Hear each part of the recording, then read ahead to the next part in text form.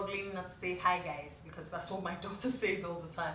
So hello people, you're welcome to day 3 of our monthly educational series for the month of June, and this month we're talking about saving.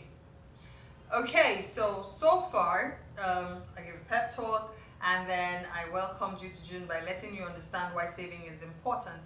And today I want to go into the three, well, not the three, there are different types, but the three that me I like, 3 categories of savings that I think everybody should pay some attention to and try to ensure that they have some kind of plan for.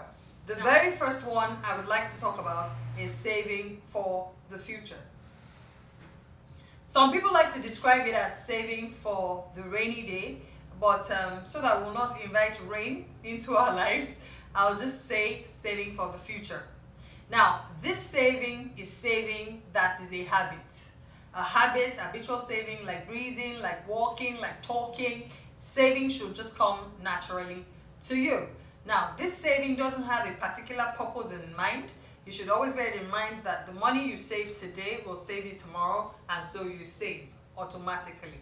Now, the gurus in the financial world would recommend that you save 10% of everything you earn.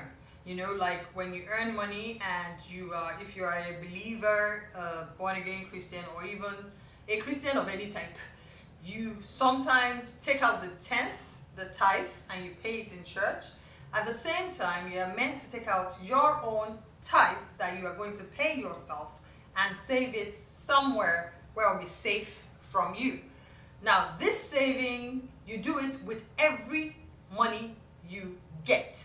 Because sometimes when we say save 10% of your income, people don't save 10% of their gifts, and they don't save 10% of their bequests. Any other money that they did not work for, they don't save 10% because we save 10% of your income. So my message to you is save 10% of all the money that comes into your hands.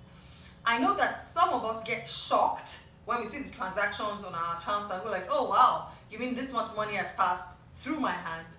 Believe me, if you were saving 10% of all the money that passed through your hands, every time you see that balance, you'll be a very happy person knowing that you have an egg nest somewhere that would cater for your future. Now, this money you are saving is not just for saving's sake, and with the economic regime of Nigeria now, you know that saving in a bank is not going to fetch you anything. As a matter of fact, you may end up paying the bank to keep your money. What you need to do is pool these funds for investment later. So when you have investment opportunities, these are the funds that would help you take advantage of those opportunities. Now, the second category of savings I would like to talk about is saving for a project.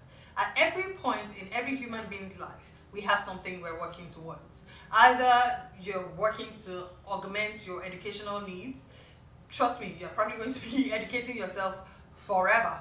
So you have a professional exam you want to take, you have a master's you want to go for, there's some kind of educational thing, bridge you want to build, you need to save towards it. And then with the cost of education these days, it's extremely important that you set aside money for education. Now, I use education as an example. It could be getting a car, it could be building a house.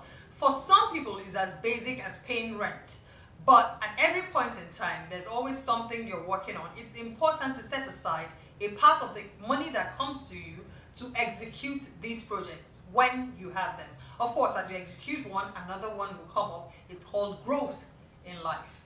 Now, the third category of savings I want to talk about is emergency fund savings. Now, when you build your budget for the month and you have allocated money to everything, you know that just in case money that you set aside in your budget is called the emergency fund for the monthly provision.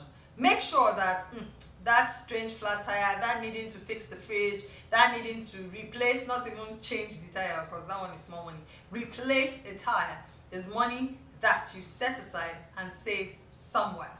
Now, that is the monthly emergency. Then there's the life emergency savings, which financial advisors tell us should be as much as 6 months salary set aside. Well, 6 months living expenses set aside. You see, I started yesterday by saying that you need to know exactly how much you need to live so that you make sure that you make more money than you need to live. so that you would earn more than you spend. Now, I'm saying that your emergency funds for life should be the amount of money you need to live for 3 months. These 3 categories of savings are extremely important.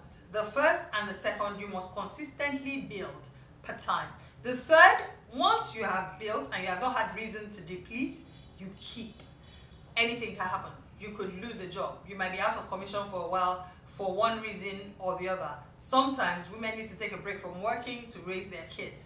This money is what would help you bridge the gap until something works. I remember when I quit my job in 2018 May, I had something to live on, something to meet coming expenses apart from my husband for myself from my emergency savings that took me for a while until I released my book, and then I had money coming in again. So this is the magic that emergency funds, emergency savings can work for you. We continue from here tomorrow when I now begin to talk about practical tips to make your savings work.